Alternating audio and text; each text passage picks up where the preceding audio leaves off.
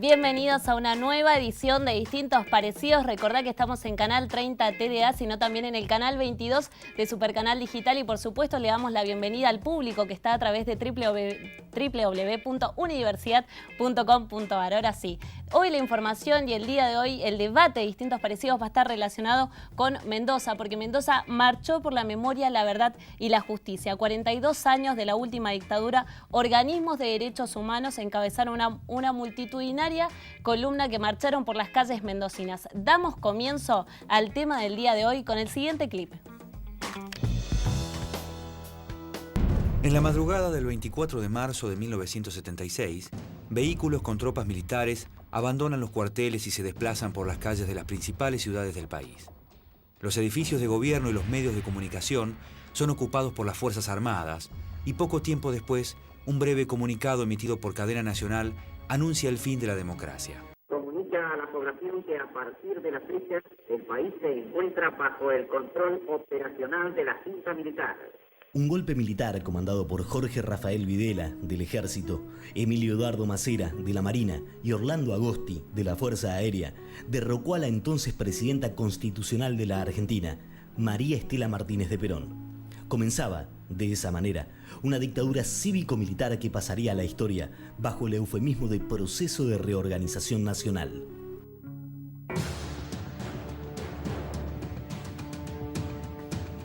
Yo quisiera cerrar este encuentro con alguna reflexión, justamente por tratarse de esta síntesis hecha entre un futuro que se cierra, entre un pasado que se cierra y un futuro que se abre. No sentirse defraudado porque dice, ¿y acá dónde están las elecciones? No sentirse defraudado porque no lo van a encontrar. No lo busquen, pierden tiempo. Entre 1976 y 1983, nuestro país sufrió la desaparición forzosa de más de 30.000 personas. La hipótesis de la guerra antisubversiva manejada por los militares en el poder se caía bajo su propio peso. Se dice que algunas madres dejaron intacto el cuarto de sus hijos desaparecidos. Entra el sol y entra la noche a esos cuartos. Esas madres salieron a la calle, a las plazas, a los pueblos del país. Lucharon incluso en soledad. Dijeron al mundo lo que debíamos decirle al mundo, que en Argentina había terrorismo de Estado. Se hicieron madres de cada desaparecido, de los pobres, madres de los presos. País entero, todas estas madres, lo cambiaron para siempre. Gracias por la justicia. Gracias por la justicia. Gracias. Así pasaba el clip que presenta el tema de hoy y le damos lugar a los invitados que nos van a acompañar para hablar del tema, porque está con nosotros Susana Blechman, Educación en Derechos Humanos de la Universidad Nacional de Cuyo, participa de ahí, y a su vez del proyecto de la Universidad Nacional de Cuyo en la recuperación, formación y difusión de los procesos de identidad y memoria colectiva. Susana, gracias por acompañarnos. También está con nosotros Mariu Carrera, de la Agrupación de Familiares de Detenidos Desaparecidos. Gracias por acompañarnos, Mariu. También Nino Bonoldi, también de la Agrupación de Familiares de Detenidos Desaparecidos. Gracias, Nino, por acompañarnos. Hola. Y el abogado querellante de los juicios de lesa humanidad, Pablo Salinas. Gracias por acompañarnos. Gracias, Caro. Bueno, antes de comenzar con el debate, vamos a ir a la columna del día de hoy, que nos va a dar una revisión histórica del 24 de marzo de 1976, porque superiores de las Fuerzas Armadas tomaron el poder a través de un golpe de Estado y derrocaron al entonces gobierno constitucional de Isabel Perón. De esta forma comenzó una dictadura cívico-militar que duraría hasta 1983. Entre los años en que duró esta dictadura, más de 30.000 personas fueron desaparecidas, se perpetraron un centenar de secuestros, privaciones ilegítimas de libertad, torturas en centros clandestinos de detención, apropiación de recién nacidos y exilios forzados de miles de argentinos. Y en la siguiente placa, relacionada con el Día de la Memoria por la Verdad y la Justicia, Es la denominación que se adoptó en el año 2002, con el que se designa en Argentina el 24 de marzo, la conmemoración del aniversario del golpe cívico-militar de 1976. Busca mantener vivos en la reflexión y memoria social los tristes acontecimientos producidos en esta última dictadura militar y tiene por objetivo tener presente los errores cometidos y las consecuencias que tuvo, demostrar respeto por las familias de las víctimas de la desaparición de un hijo, una hija, una nieta o un nieto, buscar justicia y dar luz a los acontecimientos que tuvieron lugar en aquella triste etapa de la historia argentina. De esa manera contextualizamos y abrimos el debate del día de hoy relacionado para consultarles qué es lo que se ha visto en Mendoza en esta semana, de qué actividades han participado. Mariu. Bueno, hemos participado todos en muchas actividades porque cada vez que nos acercamos al 24 de marzo empieza como una efervescencia. En primer lugar, entre nosotros. Nos citamos, empiezan a construirse distintas posibilidades y después nos solicitan a muchos, a varios, o a todos los compañeros y compañeras a participar de charlas, de talleres, en distintos encuentros. Esto creo que va creciendo. Y este año ha tenido particularidades especiales. Yo te decía antes que a mí me tocó participar en el primer encuentro de memoria y teatro en San Rafael. Bien. Y realmente fue de muchísima importancia porque estaba muy bien organizado, facilitó el encuentro, la charla entre todos y nos puso en contacto con grupos que están muy tocados por el atropello a los derechos humanos y que siguen y continúan con esta lucha, ¿no? Bien. Digamos que trasciende los organismos tradicionales y que son agrupaciones por el gatillo fácil, donde siguen luchando por los chicos que han sido asesinados por las fuerzas de la policía, en fin, y que lo hacen de una manera transformadora. Claro. Están relacionados con el arte, pero con un arte de denuncia. Bien. Susana, quería consultarte qué se hizo desde este proyecto, desde la Universidad Nacional de Cuyo, lo presentamos hace un ratito, recuperación, formación y difusión de los procesos de identidad y memoria. Muy bien. Nosotros, en realidad, esto hemos empezado a trabajarlo estamos desde fines de enero trabajando en esto. Hace 5 años, o mejor dicho, hace 4 años que se ha incorporado un módulo virtual sobre derechos humanos en forma obligatoria dentro del ingreso de los alumnos de la Facultad de Ciencias Políticas, de todas las carreras de Ciencias Políticas. Bien. Y entonces, en el marco del curso de ingreso, se da este módulo virtual que tiene que ver con todas los contenidos de Memoria, Verdad y Justicia, y han pasado anualmente más de 1000 alumnos, es decir, que nosotros hoy estamos contabilizando cerca de 6000 alumnos solo en las facultades políticas y sociales, más cerca de 1000 alumnos en la Facultad de Arte y Diseño, Bien. que están pasando anualmente y que sucede esto entre febrero y marzo de cada año. Para nosotros esa es una actividad central que se hace en red con los organismos de derechos humanos, participan todos los compañeros de los organismos en talleres con los alumnos donde se hablan estos temas, donde los alumnos pueden participar y los compañeros de los organismos de derechos humanos dan su testimonio, además de ayudar también a que se entienda esto que pasó, que ha sido difícil y complejo para los jóvenes entenderlo. Se vive desde lo emocional como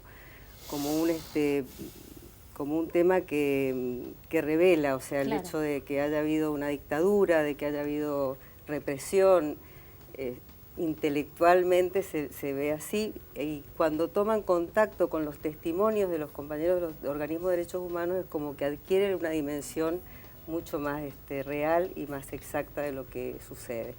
Así que nosotros en realidad venimos de hace un tiempo y hemos también trabajado en la organización de la carpa de los organismos de derechos humanos, colaborando con ellos, que bueno, que esto es un Nino, tema. ¿estuviste ahí? Sí, yo quería completar de que este año fue... Cada año es distinto, pero cada año es distinto porque se va ampliando el espectro de la gente que participa y las organizaciones que participan. Este año, bueno, ha habido infinidad de charlas en colegios. Desde el Espacio para la Memoria destacamos que nosotros en el corto tiempo que llevamos han pasado 3.500 alumnos por ahí.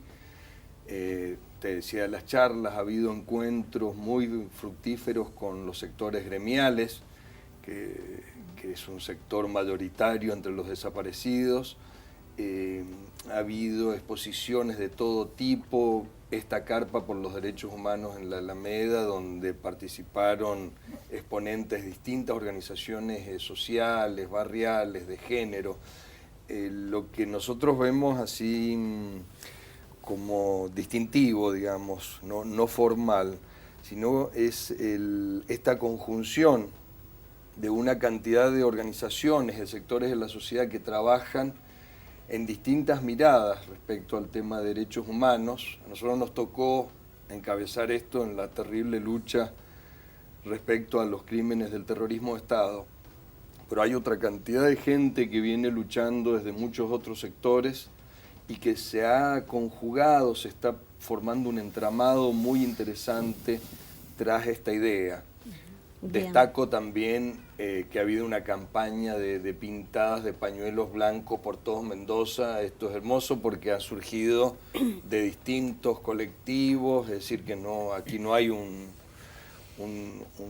comando central, es decir, esto se ha horizontalizado, inclusive claro. la universidad también ha participado, así que es importante para dejar claro que esto ya no es patrimonio solo de los organismos de derechos humanos, es un patrimonio cultural de la nación y así lo debemos entender en este momento político que estamos viviendo, ¿no? Bueno, Pablo, estuviste participando un poco, nos contabas fuera del aire de la pintada de pañuelos también. Sí, estaba pensando en estos segundos y lo que decía Susana, Mariú, Nino. Yo creo que una característica fundamental del movimiento de derechos humanos del que todos somos parte es que siempre hemos sido amplios. Es decir, en todo momento se ha sumado y se ha ido sumando gente. Y eso lo podemos ver hoy en este programa y lo vemos en la realidad. Bien. Hay facultades que han tomado un poco la posta y la punta, digamos, digamos, el avance como ciencias políticas, donde está el programa que participa Susana, donde además hoy se inauguró el ciclo lectivo con una charla sobre la memoria, donde se pintaron los pañuelos, que era tu pregunta, en la Facultad de Ciencias Políticas, donde yo soy docente además, y también diversas organizaciones, como decía Mario, nos han invitado de distintas organizaciones, desde partidos políticos hasta clubes barriales, pasando por el Centro Israelita también, que tuvo una actividad el sábado a la mañana, que fue allí. Muchas radios comunitarias. Radios comunitarias, esto que decía Mario, ¿no? Todo un movimiento de derechos humanos muy grande que nos excede a nosotros, nos supera, y que además, como dice Nino, no hay un control central de nada. Es decir, hay distintos militantes en distintos lugares. Tenemos el espacio de la memoria, que es enorme, tenemos el trabajo que se hace en la universidad, el trabajo desde el arte. No quiero dejar de mencionar a Andrés Cassiani, que también se ha sumado con un proyecto Sembrando Memoria, y además con los dibujos de los juicios. Entonces, desde el arte, con Mariú, con Andrés, con mucha gente, con Gustavo Maturana, distintos referentes. Y después, en el ámbito específico mío, en el derecho, también con nuevas obras jurídicas sobre el juicio, porque este es un juicio ponderado en distintos sistemas jurídicos del mundo. La condena a civiles, el que tuvimos el 26 de julio del año pasado, claro. la sentencia. Entonces, en el ámbito específico mío, te podría decir que Mendoza es un ejemplo y que también tiene distintos referentes, ¿no? Entre los abogados, fiscales, Daniel Rodríguez, Patricia Santoni, lo que ha sido la actuación del fiscal Vega, lo que fue en su momento la actuación del fiscal Palermo. O sea, hay muchísima gente que ha aportado al movimiento de derechos humanos de Mendoza, y termino con esto, que siempre ha demostrado en esos aspectos, si bien una gran diversidad, una unidad muy fuerte en cuanto a los planteos, los reclamos, la no marcha atrás, no al 2x1, que también nos unió a todos. Que también unió bastante. Muchísimo, sí. Y bueno, y estos pañuelos que hoy son una forma de decir, bueno, no van, la memoria está viva, ¿no? Los pañuelos están acá,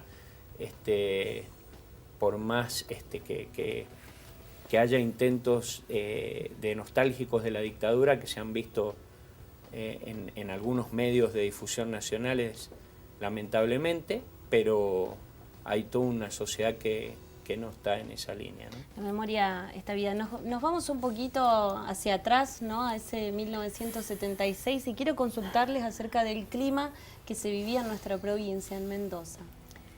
Y mirá, era un clima fundamentalmente de persecución y de terror. Yo parto de lo que nosotros estábamos haciendo. Formaba parte de un grupo de teatro que se llamaba Grupo de Teatro La Pulga. Ahí estábamos con Rubén Bravo, mi primer esposo, Raquelita Herrera, Osvaldo Swing.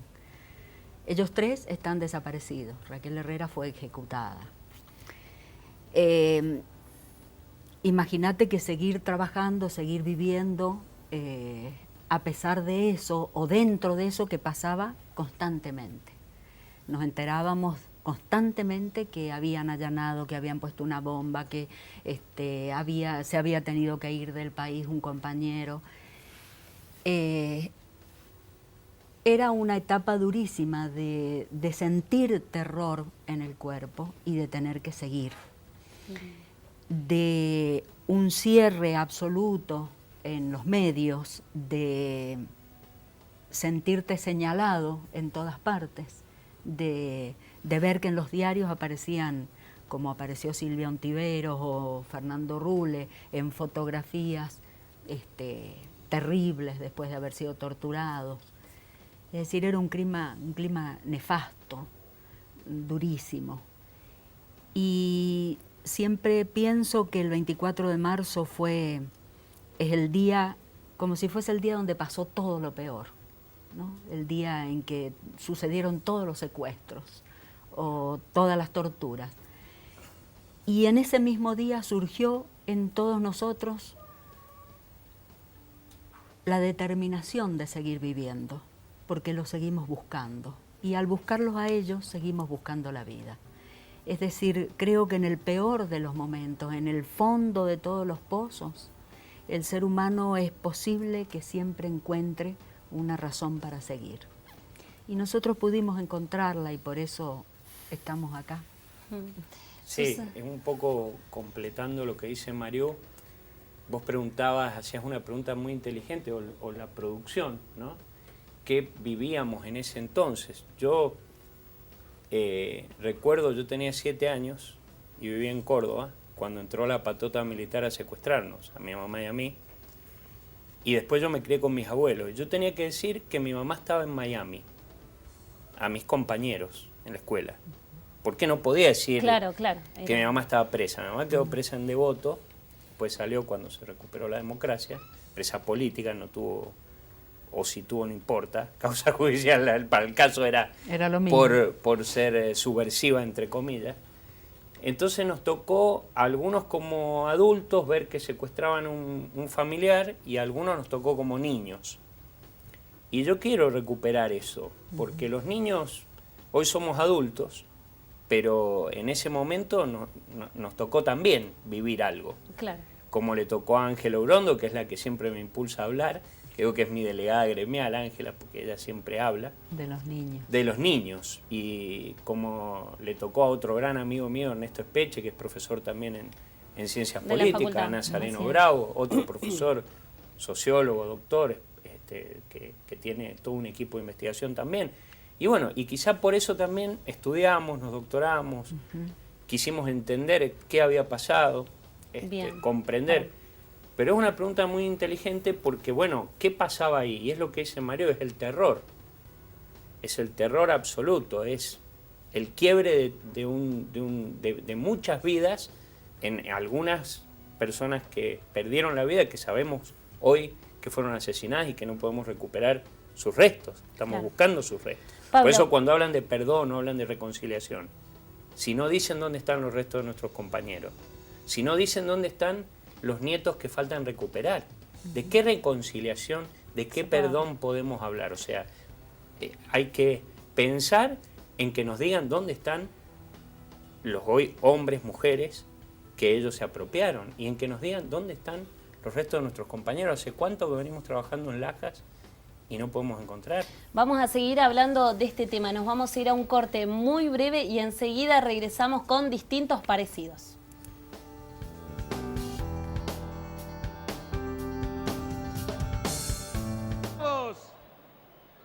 La enorme responsabilidad de asegurar hoy y para los tiempos la democracia y el respeto por la dignidad del hombre en la tierra argentina.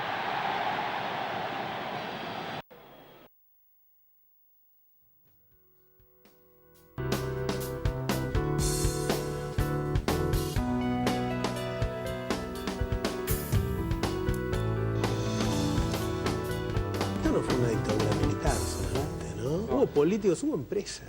Hubo empresas, hubo, bueno, sectores de los medios de comunicación. Hago votos por la felicidad de cada uno y fundamentalmente para que la prensa argentina sea lo que todos debemos, lo que todos esperamos de ella.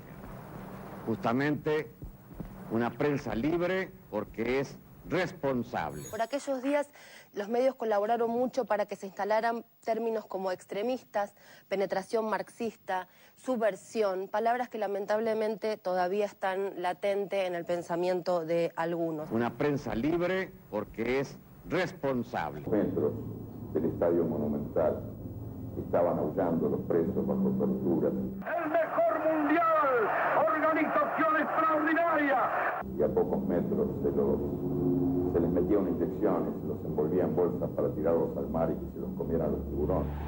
Control del país significó, entre otras cosas, disolución de los partidos políticos y del Congreso, anulación de la libertad de prensa y expresión, reemplazo de la Corte Suprema de Justicia, supresión de toda actividad política y sindical, entrega económica y, fundamentalmente, muerte. Mi mamá se llamaba Cori, mi papá José María. Ella estaba embarazada de 5 meses cuando la secuestraron. Estuvo detenida en la Tercera de Castelar y de ahí la trasladaron a la ESMA donde nací yo.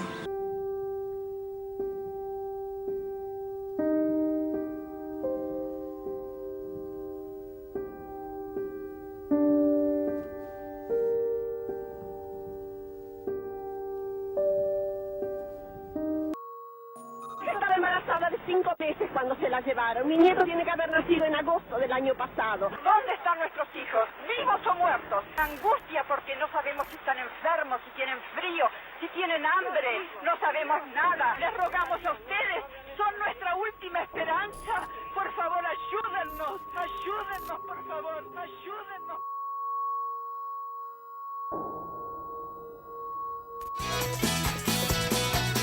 Regresamos al segundo bloque de Distintos Parecidos. Recordá que vos también podés participar y sumarte al debate a través de nuestro Facebook e Instagram como Distintos Parecidos nos encontrás, sino también a través del Twitter como @dpsenalu. Nino, quería consultarte acerca de vimos un poquito un adelanto en el clip. ¿Cuál fue el rol de los medios de comunicación en esta etapa?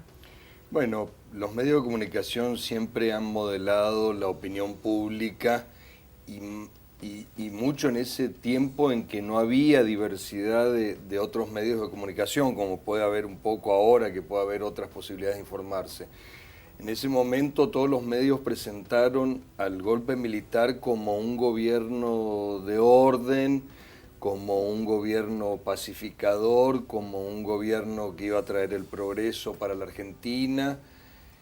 Y no solo eso, que sería tan solo una falsedad, sino que instalaron las mentiras sobre las redadas que se hacían, los fusilamientos, y las presentaban como enfrentamientos con subversivos o con activistas políticos, lo que había sido tan solo un allanamiento liso y llana de las Fuerzas Armadas en forma ilegal, con secuestros, con asesinatos.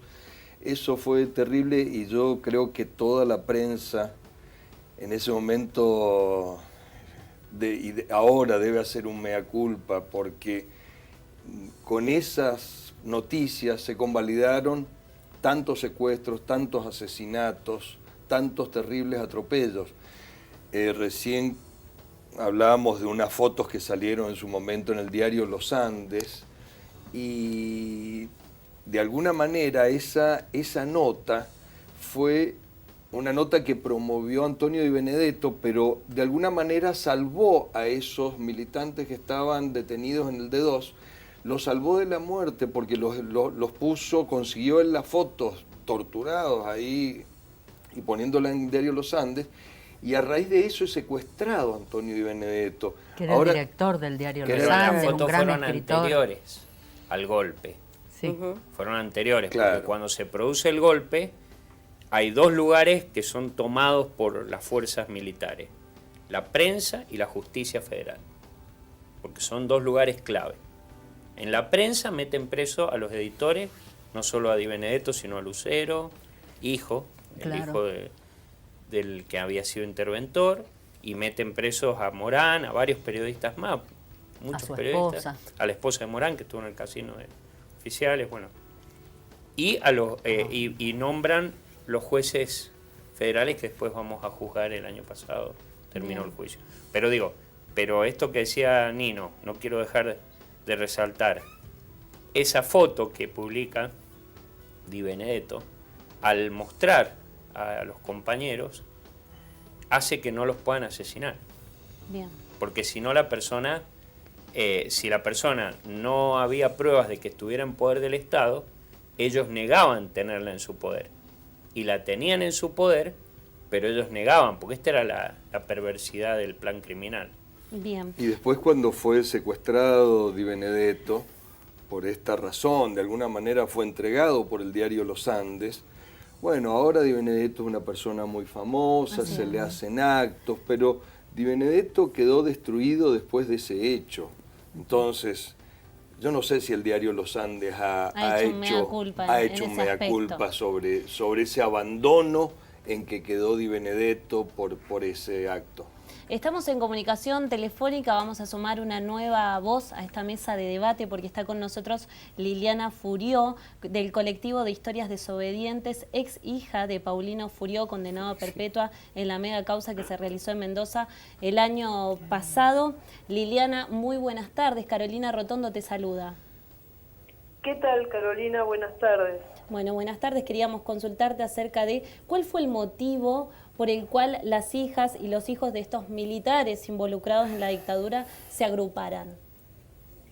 Bueno, el motivo es que llevamos ya un tiempo largo de repudio en soledad, que por suerte, por llamarlo de alguna manera, en algún sentido fue muy bueno, toda esta embestida del gobierno, prácticamente desde que asumió, y el paroxismo del intento de impunidad con el 2x1 hizo que de alguna manera y gracias a las redes sociales pudiésemos encontrar, ¿no? Bien. De una manera que ni lo soñábamos realmente. Esa fue la coyuntura que generó este colectivo, ¿no? Nosotras con Analía Kalinek veníamos transitando un tiempo atrás. El colectivo Historias Desobedientes tiene aproximadamente 10 meses y un año antes, casi 2 años ya, nos encontramos con Analía. Yo la encontré leyendo su historia en un libro, la contacté y bueno, desde entonces casi que militábamos juntas, emocionadas y no pudiendo creer que habíamos encontrado otra voz que también nos identificaba, ¿no? En el repudio hacia este genocidio que cada uno de nuestros padres sabíamos que cometieron. Liliana, queríamos consultarte a 42 años del golpe de Estado, ¿cuál es la lucha de hoy de este colectivo? Bueno, la lucha de este colectivo es básicamente por venir a reafirmar la lucha que llevan adelante los organismos de derechos humanos desde hace 42 años por memoria, verdad y justicia. Eso básicamente, digamos, nosotras somos una suerte de hijas de esas luchas, ¿no?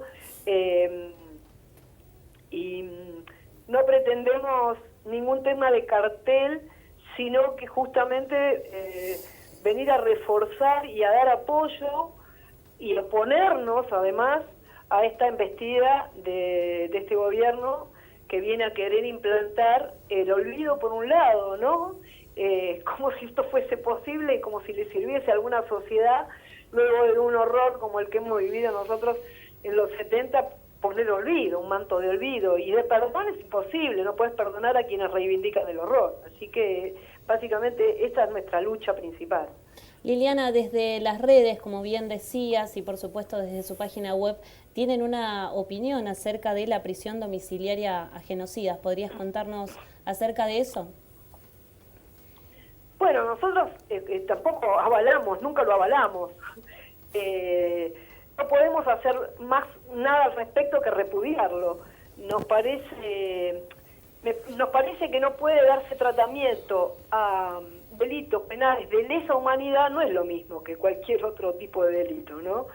Y son causas que deberían tener condena en cárcel común. Bien. Liliana, te habla Pablo Salinas, no sé si me escuchás. Pablo, sí, te escucho perfecto. Bueno, yo soy abogado querellante en los juicios y quiero simplemente decirte gracias, porque es muy valiente lo que están haciendo y la verdad que, por lo menos del colectivo de abogados, sintetizo en esa palabra. Gracias por lo que hacen. Y yo... No, bueno, gracias a ustedes que llevan muchísimos más años peleándola en esto que hoy la verdad es que da un poco de impotencia, ¿no? Sí, por supuesto. A mí me gustaría decirte, Liliana, que en mi propio nombre, pero también en el nombre de los familiares de detenidos desaparecidos, valorar la actitud tan valiente, porque para enfrentar la verdad hay que ser valiente, y eso es lo que ustedes han hecho. Entonces, sencillamente, si estuviéramos cerca, te daría un abrazo inmenso y te lo mando así por el aire, para seguir adelante. Bueno, muchísimas gracias, la verdad que emociona y hace mucha falta, ¿no? Porque es duro. En nuestro lugar, la verdad que es un lugar de mucho dolor, ¿no? A pesar de que nos sana y lo transformamos en la lucha, ¿no? Por los derechos humanos. Liliana, ¿qué tal? Yo soy Nino Bonoldi, te di un abrazo en su momento cuando estuvimos reunidos en la casa del Queno París, cuando estuviste ¡Nino! aquí. ¡Qué alegría! ¿Cómo te va, Liliana? Compartir una reflexión, pues yo cuando me enteré de ustedes, realmente yo siempre he visto todo el movimiento de derechos humanos y toda la reivindicación que surgió a partir de ellos como una alquimia, como algo que no estaba escrito en ninguna parte y en algún momento surgió de una manera mágica, inesperada. Entonces, que estén ustedes, los hijos de represores, juntándose, reviendo su historia, reviendo el papel de sus padres, reviendo todo lo que eso significa, yo creo que es algo único.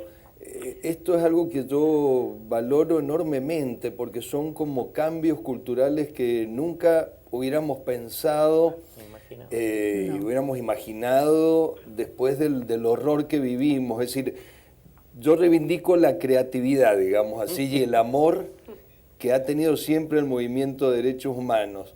Así que desde ahí otro abrazo como cuando estuviste por acá.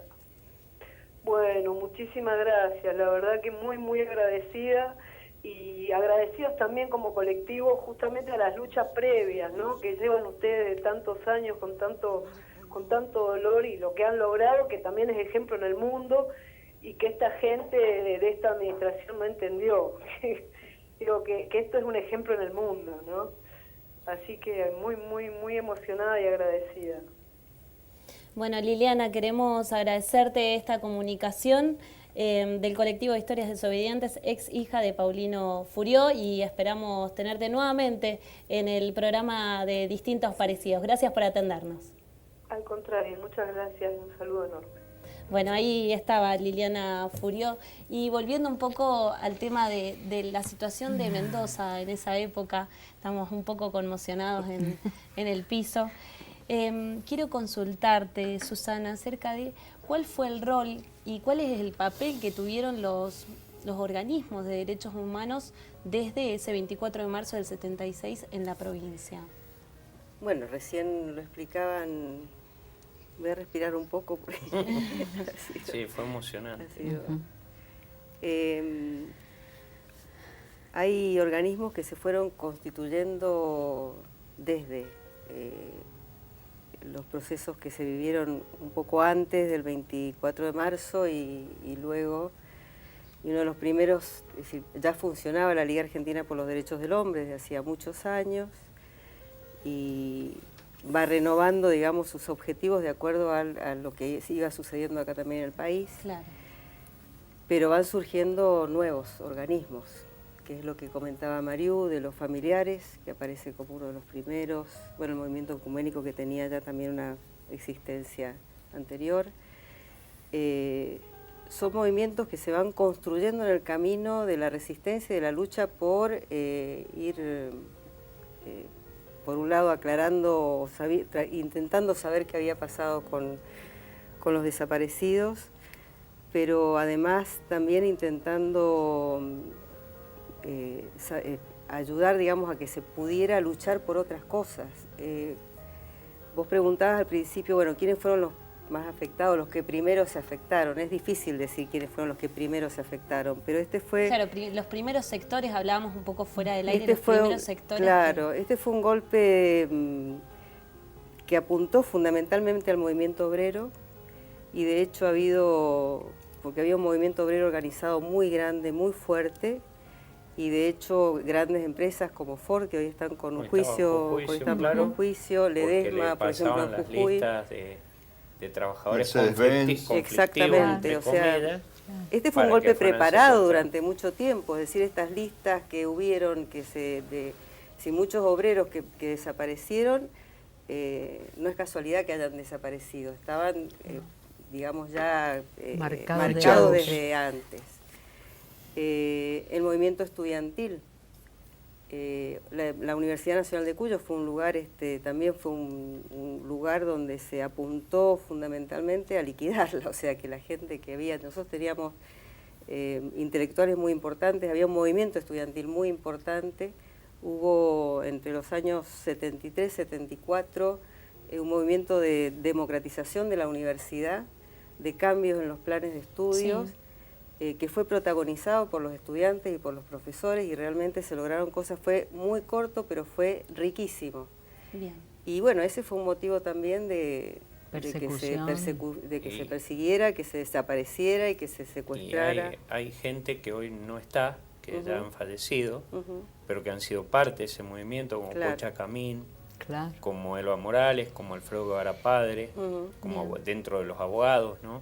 Todos nuestros viejos, los padres, la Rosita Pérez, eran militantes, tuvieron a sus hijos desaparecidos. Las madres, muchas madres ya han muchas fallecido. de las madres que han fallecido. Bien. Pero que enfrentaron esos primeros momentos. Sara Gatani, de la Liga. Nos tenemos que ir a un corte, pero muy breve y enseguida vamos a seguir hablando del tema de hoy. Por esto me quedo con esto que dijiste. No es algo que arrancó el 24 de marzo de 1976, es algo que venía organizado, ya habían preparado bases de datos. En un ratito vamos a hablar de esto y también de lo que queda, de los pendientes que quedan a futuro con esta reivindicación. Enseguida regresamos. No se va a olvidar de lo que me están haciendo y los va a perseguir. Yo no persigo más que justicia, verdad, y esto que estamos viviendo hoy, que es el encuentro de los nietos. Y ahora mi nieto, y ella estará diciendo, mamá, ganaste. No se va a olvidar de lo que me están haciendo.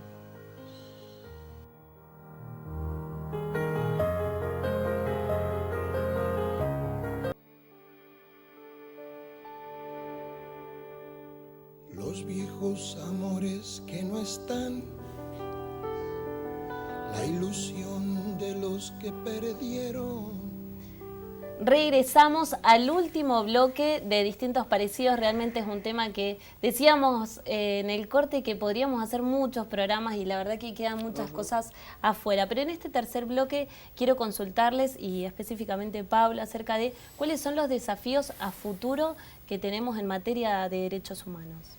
Bueno, primero hago una invitación a la audiencia. Se está desarrollando un juicio de lesa humanidad muy importante en Mendoza, en los tribunales federales, Pedro Molina y España. Cualquier persona con su DNI puede ingresar, mayor de 18 años, en el primer piso, los jueves y viernes, desde las 10 horas aproximadamente hasta las 2.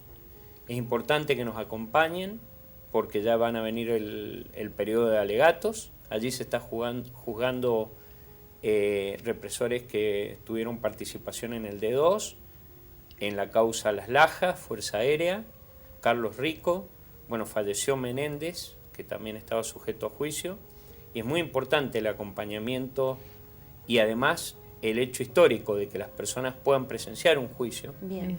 Y puedan presenciar que los juicios se desarrollan con todas las garantías en tribunales donde ellos tienen derecho a nombrar su defensor, a tener médicos que los asistan, todos los derechos que ellos les negaron a sus víctimas, ellos cuentan, ¿no? Y con esos derechos así tiene que ser, ¿no? Porque es una democracia. Pero digo, estos son los desafíos, nos quedan, van a venir 2 juicios más, va a venir el juicio por la apropiación de Claudia, va a venir el juicio por contrainteligencia, que es el que más ha tardado, porque inteligencia siempre trabajó desde atrás, y va a venir el juicio de Fuerza Aérea. Bien. Nino, Quería decirte en estos desafíos a futuro, justamente la consigna de este año, de la marcha y de esta semana, ha sido 42 años por memoria, verdad y justicia, la lucha continúa. ¿Qué significa eso? Que nosotros hemos luchado 42 años por esos 3 conceptos, por esos 3 valores. Pero nosotros estamos viendo con muchísima preocupación algo que no es ninguna novedad, que en estos últimos años ha habido un cambio rotundo en la visión de los derechos humanos y todas esas conquistas. En el caso de violencia institucional, de Maldonado, de Rafael Nehuen, de los presos políticos, de los atropellos contra los militantes populares, contra la estigmatización de militantes de derechos humanos. De más está decir cuando se quiso cambiar el feriado del 24 de marzo, cuando se decía que los derechos humanos eran un curro, y bueno, lo que dijeron recién de negacionismo, una cantidad de funcionarios a nivel nacional que han de alguna manera menospreciado todo eso.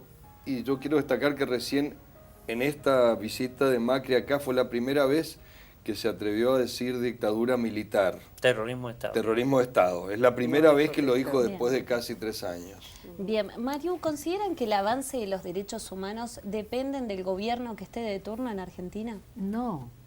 La lucha por los derechos humanos es algo que aparece como una respuesta al atropello a esos derechos humanos, a la toma de conciencia, a algo que se despierta en una persona y en una comunidad y que te va uniendo con otros para la lucha.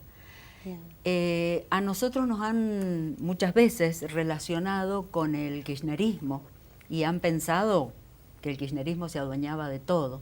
En realidad fue un gobierno que tenía conciencia de esto, que tomó medidas políticas que ayudaron a que hubiera investigación y justicia.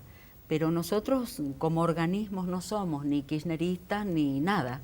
Somos familiares, somos expresos y presas, somos madres, hijos, nietos, abuelas, hijos de represores. Que luchamos por el respeto de los derechos humanos, por saber la verdad de lo que sucedió y para que haya justicia.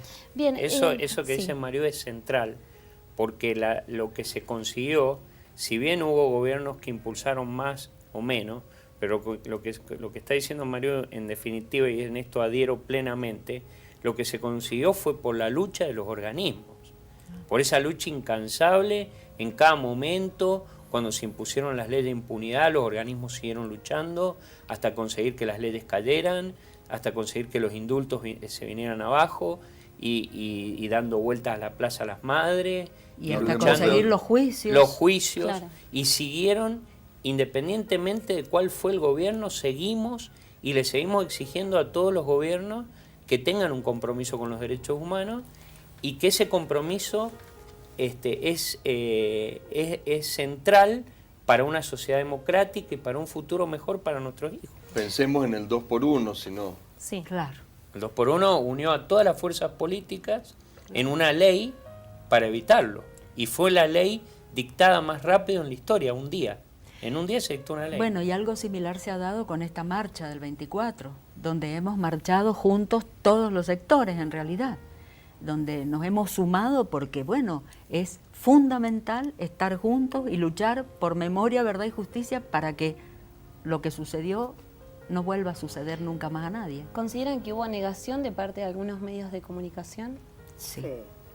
Y vos revisá a ver si... La Nación, el primer editorial, editorial cuando asume Macri le pide que libere a todos los represores, el diario La Nación directamente. Después lo pérfido cuando dijo que no eran 30.000 los desaparecidos. Claro.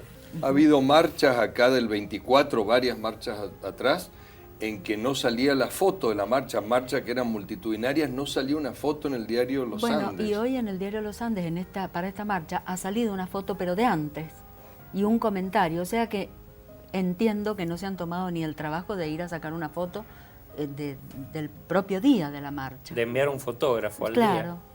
Bueno, eso es duro, es difícil y es lamentable porque no aporta a que estas atrocidades no vuelvan a suceder.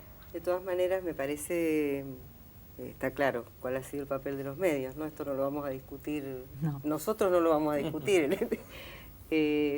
Hay un tema que es muy importante que tiene que ver con la formación, ¿sí? Con la formación de niños, de adolescentes, de jóvenes, de futuros profesionales y que es, digamos, el tema que nos convoca a nosotros. Sí, de alguna forma, ¿cuál es el rol que tiene también hoy la universidad? Y no es pequeño el rol porque en realidad es necesario vincular esta lucha de los organismos de los derechos humanos con la educación de nuestros niños y de nuestros jóvenes. Y en esa vinculación yo creo que está un poco el secreto de que esto pueda seguir adelante. Si no, esto puede llegar a quedar simplemente en la gente que está luchando ahora y que de a poco vamos envejeciendo y se va.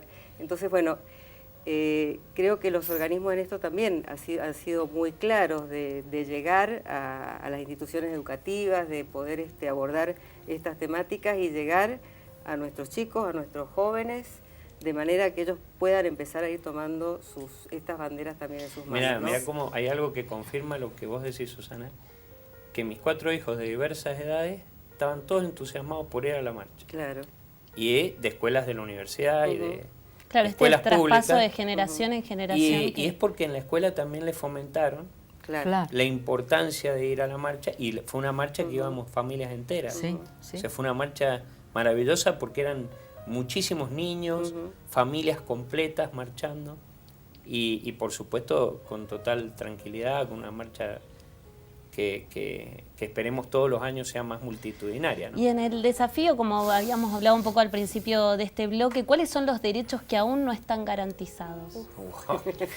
Podemos hacer otro programa, pero sí, sería en realidad tener algunos. Y el derecho a la vida en el caso le insisto, de Maldonado y Rafael Nehuen, ahí hay un derecho a la vida que ha sido avasallado y totalmente ocultado y cómplice el Estado. Es ahí estoy hablando del derecho básico. Las muertes por gatillo fácil, porque alguien duda y piensa este es un ladrón y pum, listo. O el avalar, como lo han hecho el presidente, recibir a Chocobar, un policía que mata a un supuesto delincuente, que puede ser un delincuente, pero que no es esa la manera en que debe funcionar un Estado, o a un niño de 11 años en Tucumán. Son cosas de una gravedad absoluta, además de, y derechos despidos individuales permanentes. Claro. O sea, hoy los chicos, nosotros nos sorprende entrar en las escuelas secundarias y que los chicos tomen como natural que se los detenga en la calle, se los detiene, se los lleva presos, los tienen en las comisarías horas. y nadie puede hacer nada, o sea, eso, y ellos lo ven como natural. Este es un tema muy grave que está sucediendo también. Y los pueblos originarios, la precarización a los que han sido sometidos todo el tiempo, los pueblos, nuestros pueblos originarios. Los miles y miles sin trabajo. Y la gente que está en condiciones que no puede pagar la luz, que no puede, todas esas son violaciones de derechos económicos y sociales. La imposibilidad de llevar el sustento a su casa, alcanzar a llegar a fin de mes, ¿no? Todo eso, estamos en un país muy desigual y en una región muy desigual y en una situación donde hay que comprometerse. Por eso yo diría, sería bueno decirle a la audiencia que es muy lindo comprometerse y que pueden cada uno ser defensor de los derechos humanos. Es que es así. Porque cada persona puede defender los derechos humanos en pequeñas cosas y ahí está la clave. El cambio, en que ¿no? cada y uno, la formación en que vos, Caro, como periodista, trates estos temas. En que los chicos hagan la excelente producción que han hecho. Claro. En que Susana trabaja ahí con los estudiantes. Es como se mantiene ese tejido que la Mario hace su obra entonces cada uno vamos aportando en esa lucha por los derechos humanos y eso es lo que el Estado tendría que fomentar, proteger y estimular a los defensores de derechos humanos, porque así vamos a construir otro tipo de sociedades, pero bueno, es difícil y hay que hacer un cambio muy fuerte de paradigma para Pero ello. es como dice el lema de este año, la lucha continúa. Claro. Fíjate que hubo un eslogan de campaña del último gobierno provincial en el cual decían para que los delincuentes no tengan los mismos derechos que los ciudadanos comunes o los ciudadanos como usted. Y eso se alentaba desde el Estado. Claro. Es decir, una diferenciación de derechos. Sí. Claro. Es terrible eso. Sí, cuando fíjate vos que en cosas tan graves como son los delitos de lesa humanidad, nosotros hemos buscado justicia. Lo que queremos es que estén detenidos en cárcel común, pero no les tiene que faltar ni el abogado defensor, ni el que atiende su salud, como decía Pablo, aun cuando estén detenidos. Y un ejemplo más, tenemos el caso de Checolás, donde era una injusta prisión domiciliaria porque él estaba en condiciones de salud para estar preso, y tenemos casos donde la persona está en condiciones de salud que no puede estar en una cárcel y está en su casa y los organismos hemos respetado. Lo que no respetamos es la injusticia, cuando le otorgan a un represor una prisión domiciliaria que no corresponde, que él está en perfectas condiciones y, como decía también Liliana, ha cometido los peores crímenes, o sea, los crímenes más reprochables, y entonces debe cumplir cárcel común como hemos exigido históricamente los organismos. Bueno, Pablo, Nino, Mariú y Susana, muchísimas gracias por acompañarnos. Nos tenemos que ir, pero ojalá que en este ciclo, en este tercer ciclo 2018, en Distintos Parecidos, podamos y nos debemos volver a charlar del tema. Gracias a ustedes por estar del otro lado, por acompañarnos y por supuesto agradecer también, no me quiero olvidar de Bairip que me vistió en el día de hoy. Nos encontramos mañana de 19 a 20 en un nuevo debate de Distintos Parecidos. Chau, chau. En la memoria, espina de la vida y de la historia. La memoria pincha hasta sangrar a los pueblos que la amarran y no la dejan andar, libre como el viento.